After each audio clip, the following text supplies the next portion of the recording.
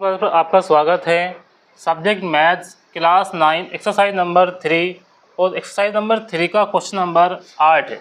निम्नांकित संख्या रेखा देखिए ये संख्या रेखा है -5, -4, -3, -2, -1, 0, 1, 2, 3, 4 यानी कि 9 तक संख्याएँ लिखी हुई है। इसकी सहायता से निम्नांकित पूर्णांकों के जोड़ों के बीच के पूर्णांकों को आरोही बढ़ते क्रम में लिखना है। देखिए हमें आरोही क्रम में लिखना है। आरोही क्रम क्या होता है? सबसे पहले हम छोटी संख्या लिखेंगे, उसके बाद उससे बड़ी लिखेंगे, उसके बाद उससे बड़ी लिखेंगे, यानी कि बढ़ते हुए क्रम में लिखना है। पहले छोटा संख्या लिखेंगे। अब देखिए 2 और 5, अब हमें क्या लिखना है? 2 और 5 के बीच के पूर्णांक लिखने हैं। 2 और 5 के बीच में कितनी संख्या आ जाएंगी? देखिए यहाँ पे 2 है और यहाँ कितना है? 5 है। तो इनके बीच के पूर्णांक कौन कौन से है? इनके बीच के पूर्णांक है 3 और 4। तो यहाँ लिखेंगे 3 और 4। अब देखिए में देखेंगे -4 और 0। देखिए -4 स्टार्ट कहाँ से है? यहाँ है। 0 कहाँ? यहाँ है। -4 और 0 के बीच कितने पूर्णांक आ जाएंगे? -3, -2, -1। तो यहाँ हम लिखेंगे -3, -2 और -1। देखिए ये हो जाएगा आरोही क्रम।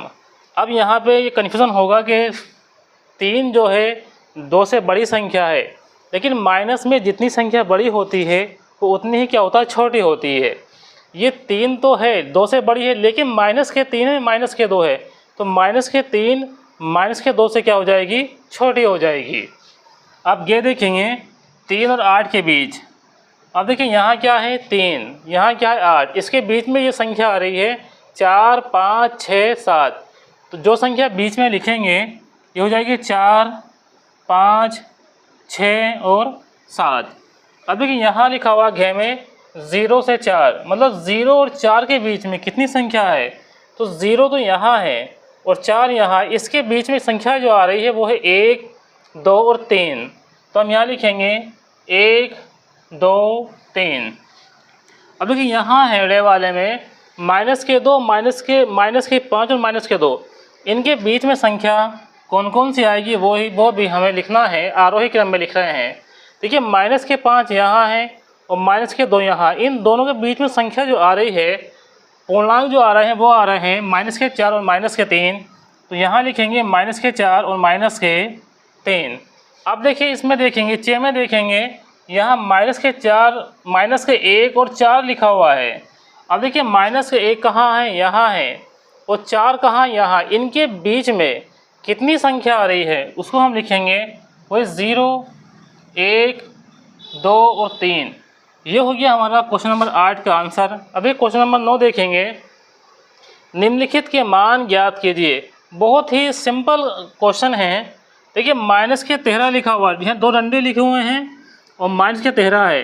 कुछ नहीं करना, संख्या है वही संख्या हमें लिखनी है। अगर साइन माइनस का लगा हुआ है तो उसको हटा देंगे, अगर साइन लगा हुआ नहीं तो उसको वैसे ही लिख देंगे। देखिए -13 है तो यहाँ आंसर में हमारा 13 आ जाएगा। ये 12 है तो आंसर में हमारा 12 आ जाएगा। ये -37 है तो आंसर में हमारा 37 आ जाएगा। ये 0 है तो आंसर हमारा 0 आ जाएगा। ये -47 है तो यहाँ क्या आ जाएगा? 47 आ जाएगा। यहाँ 101 है तो यहाँ क्या आ जाएगा? 101 आ जाएगा। इतने आसान क्वेश्चन है ये। अब क्वेश्चन नंबर 10 है। अपनी अभ्यास पुस्तिका में सत्य या असत्य कथन की पहचान कर लिखना है। हमें ये पहचानना है कौन सा सही है और कौन सा इसमें गलत। देखिए क्या में लिखा हुआ है सबसे छोटा पूर्णांक शून्य है। क्या सबसे छोटा पूर्णांक शून्य है? देखिए शून्य यह है, शून्य से छोटी संख्या इधर वाली है, शून्य से बड़ी संख्या इधर वाली है। सबसे छोटा पूर्णांक शून्य नहीं है, यानी कि ये क्या है? ये असत्य है। तो यहाँ हम लिखेंगे असत्य। देखिए असत्य का मतलब होता है गलत। यहाँ ख नंबर देखेंगे शून्य का विपरीत नहीं होता है। अब हम देखेंगे क्या जो है शून्य का विपरीत होता है, तो ये बात जो है सही है। शून्य का विपरीत नहीं होता है तो यहाँ लिखेंगे सत्य। अब इसे -17 और -5, क्या -17 -5 से बड़ी है? देखिए देखने में संख्या 17 बड़ी होती है, 5 जो होती है छोटी होती है, लेकिन यहाँ लगा हुआ है माइनस, तो -17 जो है -5 से क्या है? छोटी है, इसलिए ये क्या है? असत्य हो जाएगा। तो यहाँ हम लिखेंगे असत्य। अब घ में देखेंगे एक धनात्मक पूर्णांक अपने योगात्मक पूर्णांक से प्रतिलोम से बड़ा होता है। एक धनात्मक पूर्णांक अपने योगात्मक प्रतिलोम से बड़ा होता है। अब देखिए एक तो प्लस में है, दूसरा काय में है माइनस में, तो प्लस वाला बड़ा हो जाएगा, यानी कि ये क्या है, इसका जो आंसर है सही है। तो यहाँ हम लिखेंगे सत्य। अब देखिए आगे देखेंगे एक ऋणात्मक पूर्णांक अपने योगात्मक प्रतिलोम से बड़ा होता है। अब देखिए इसमें क्या लिखा हुआ है, ये है एक ऋणात्मक पूर्णांक अपने योगात्मक प्रतिलोम से बड़ा होता है। ये जो है गलत हो जाएगा, तो यहाँ हम लिखेंगे असत्य।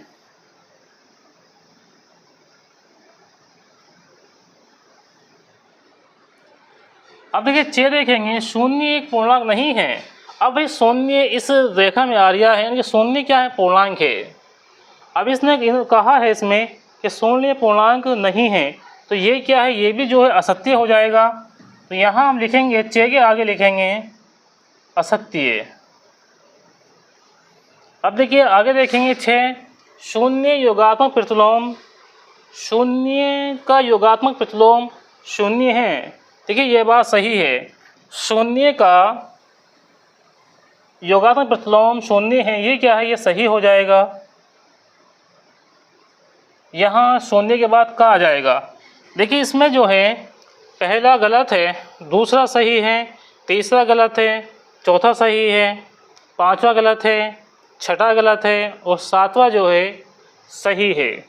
इस तरह से ये अभ्यास जो है पूरी हो जाती है।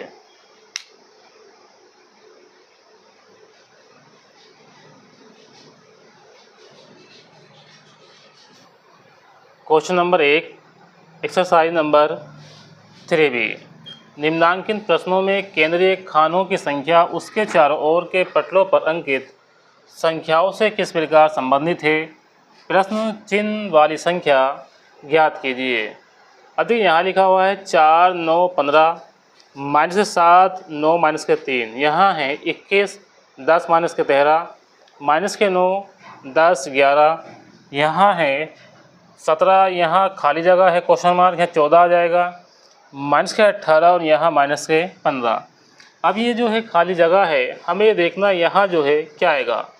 अब हम जो है इसको सीरीज़ को देखेंगे, यहाँ 9 10 खाली जगह है, ये 4 21 17 है, यहाँ 3 -11 15 है। देखिए यहाँ क्या आना चाहिए, यहाँ जो आ जाएगा ना वो 2 आएगा, तो विकल्प नंबर इसका क्या हो जाएगा, 2 सही हो जाएगा।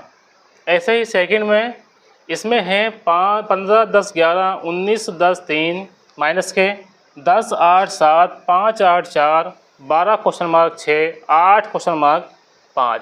इस क्वेश्चन मार्क में संख्या जो है कौन सी आएगी, देखिए इस क्वेश्चन मार्क में आएगा -6 आ जाएगा, तो विकल्प नंबर इसका जो है थर्ड सही हो जाएगा।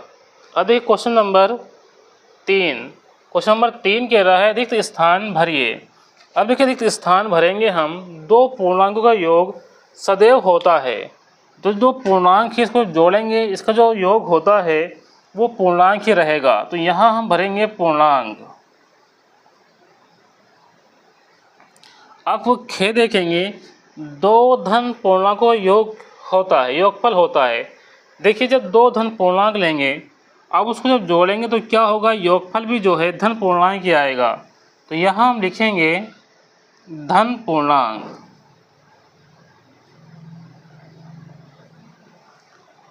देखिए किस तरह से ये धन पूर्णांक आया है। मान के चलो हमने जो है एक 2 ले लिया, प्लस में 4 ले लिया, इसको जब जोड़ेंगे ना तो 6 आएगा, यानी कि प्लस में ही आएगा। तो ये सवाल था दो धन पूर्णांकों का योगफल कैसा होता है, भाई धन पूर्णांक ही होता है। दो ऋण पूर्णांकों का योगफल, अब हमने पूर्णांक -2 ले लिया, -4 ले लिया, इसको जब जोड़ेंगे तो -6 आएगा।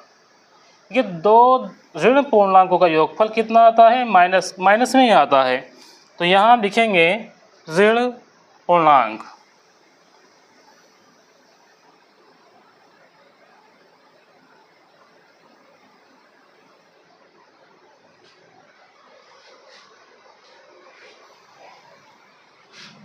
देखिए सवाल नंबर 4, सत्य अथवा असत्य बताइए। किसी पूर्णांक तथा इसके योगात्मक प्रतिलोम का योगफल शून्य होता है। अब देखिए ये था, इसमें ये क्या है, सही है, यानी कि ये जो है सत्य है। ओके, शून्य ऋण पूर्णांक है, भाई शून्य ऋण पूर्णांक नहीं होता है तो ये क्या है, ये असत्य हो जाएगा।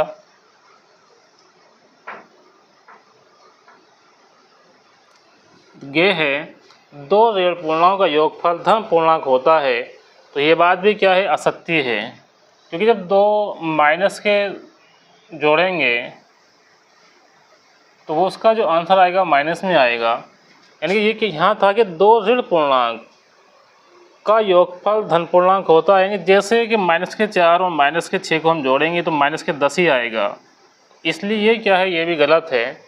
किसी पूर्णांक और शून्य का योगफल उस पूर्णांक के बराबर होता है। देखिए कोई पूर्णांक हमने +4 ले लिया, इसमें 0 जोड़ेंगे तो +4 ही तो आएगा। ये क्या कह रहा है कि किसी पूर्णांक, कोई पूर्णांक हमने ले लिया, ठीक है, और शून्य का योगफल उस पूर्णांक के बराबर आता है, तो ये योगफल जो आया है इस वाले पूर्णांक के बराबर ही तो है, तो इसलिए क्या है, ये जो है सत्य हो जाएगा। अब देखेंगे, आगे देखेंगे, एक ऋण एवं धन पूर्णांक का योगफल सदैव धन पूर्णांक होता है। देखिए ऐसे ज़रूरी नहीं है, क्योंकि मान के चलो -4 है और यहाँ +6 है, तो ये क्या आ जाएगा, ये +2 आ जाएगा। मान के चलो ये -4 है, यहाँ क्या है, +2 है, तो यहाँ कितना आ जाएगा, -2 आ जाएगा। तो ये क्या होता है, एक ऋण एवं एक धन पूर्णांक का योगफल से धन पूर्णांक होता है, नहीं, ऐसा नहीं है भाई। उसका पूर्णांक प्लस में भी हो सकता है, धन भी हो सकता है और ऋण भी हो सकता है, तो इसलिए ये क्या है, ये जो है असत्य हो जाएगा।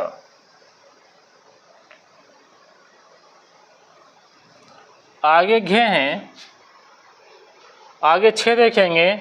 संख्या रेखा पर -18 और +18 शून्य से समान दूरी पर है, यानी कि ये शून्य है, भाई यहाँ अगर +18 हो गए तो इतने ही डिस्टेंस में क्या होगा, -18 होगा। यानी ये जो है ये बात सही है, इसलिए ये क्या हो जाएगा, ये जो है सत्य हो जाएगा। अब सवाल नंबर जे, अब इसमें जे देखेंगे, दो धन पूर्णांक का योगफल सदैव धन पूर्णांक होता है, तो ये बात क्या है, सही है। यानी कि दो प्लस के पूर्णांक ले लेंगे, जब इसको जोड़ेंगे तो प्लस के ही इसमें क्या हो जाएगा, आंसर हमारा आएगा। इसलिए क्या है, दो धन पूर्णांकों का योगफल सदैव धन पूर्णांक होता है, तो ये क्या है, ये जो है सत्य है। इसमें पहला सही है, ये दूसरा गलत है, तीसरा गलत है, चौथा सही है, पांचवा गलत है, छठा सही है और सातवां क्या है, सही है।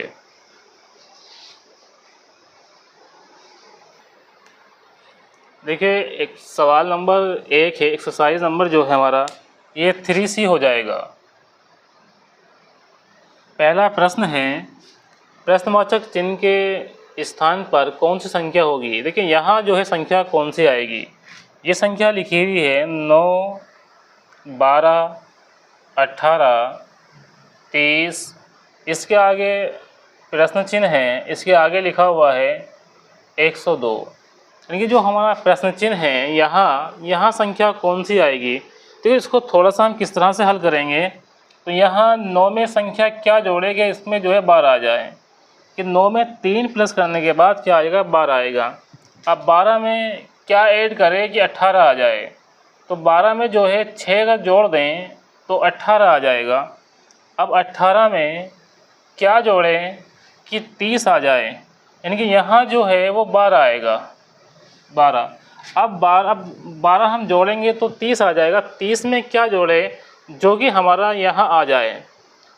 अब देखिए इसको हम किस तरह से हल करेंगे, यहाँ कितना है, यहाँ 3 है, 3 ही कम 3, यहाँ 6 का दुगना है, ये 6 दूनी 12, 12 हम जोड़ेंगे तो ये आ जाएगा। यहाँ कितना है, अब देखिए यहाँ कितना है, 12 है। अब यहाँ है 3 दूनी 6, यहाँ है 6 दूनी 12, अब यहाँ क्या आ जाएगा, 12 दूनी 24, मतलब यहाँ जो है गुणा हो रही है। अब इसकी 3 दूनी 6 और 6 दूनी 12, 12 दूनी 24, यानी कि अगर 30 में हम 24 जोड़ दें तो हमारा कितना आ जाएगा, इसको जोड़ के देखें।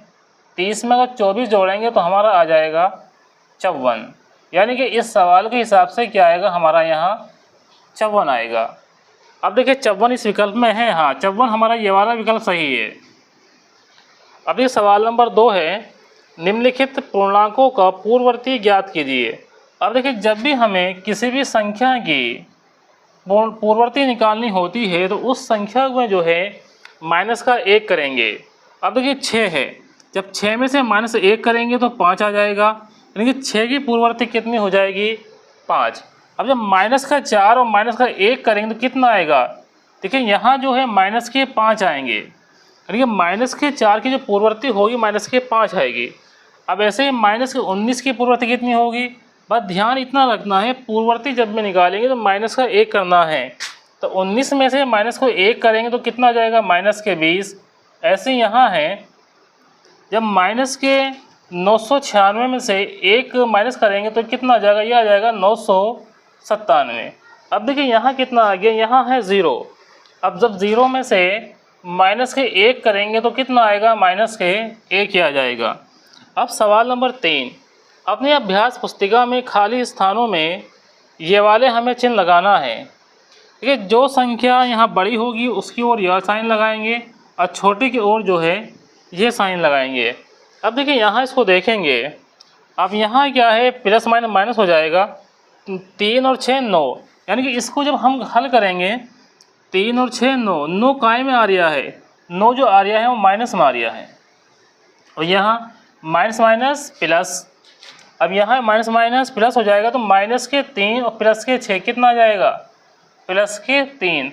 अब इसमें से संख्या कौन सी बड़ी है, -9 बड़ी है या +3 बड़ी है, +3 बड़ी है, यानी कि ये वाला निशान लगा देंगे। अब यहाँ आ जाएगा इस तरह से, ये क्योंकि ये छोटी है, माइनस की जो संख्या होती है वो छोटी होती है और प्लस की संख्या जो होती है वो बड़ी होती है।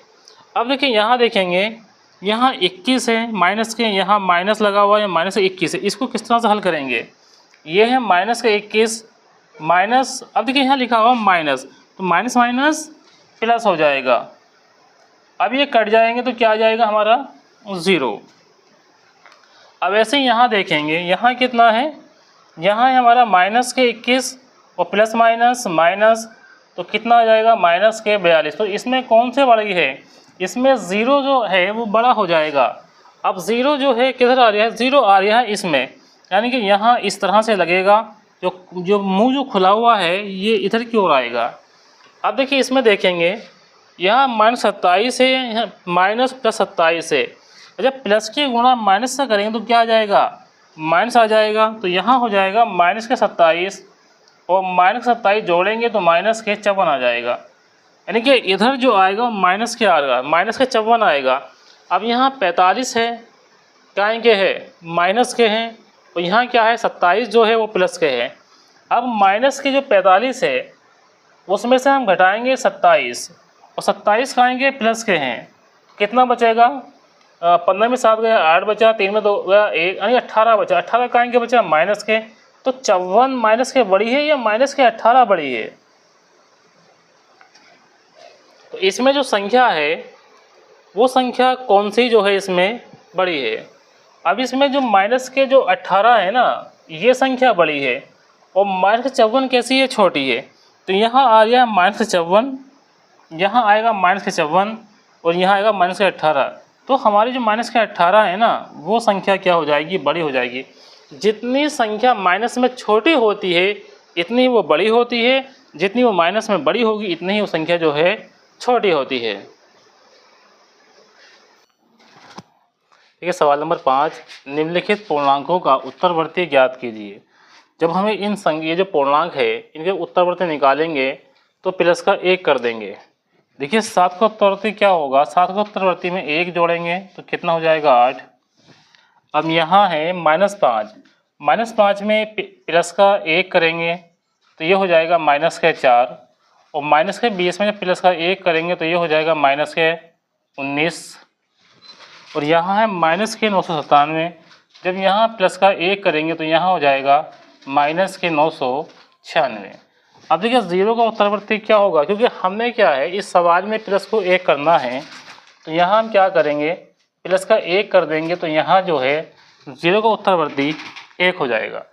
अब देखिए क्वेश्चन नंबर 4 पे देखेंगे, यहाँ है 13, 11, 9, 7, यानी कि इसमें से 2 जो है माइनस हो गया है, लेकिन यहाँ हम देखें तो क्या होगा, फिर यहाँ देखेंगे तो एक काम करते हम जो है इधर से चलेंगे।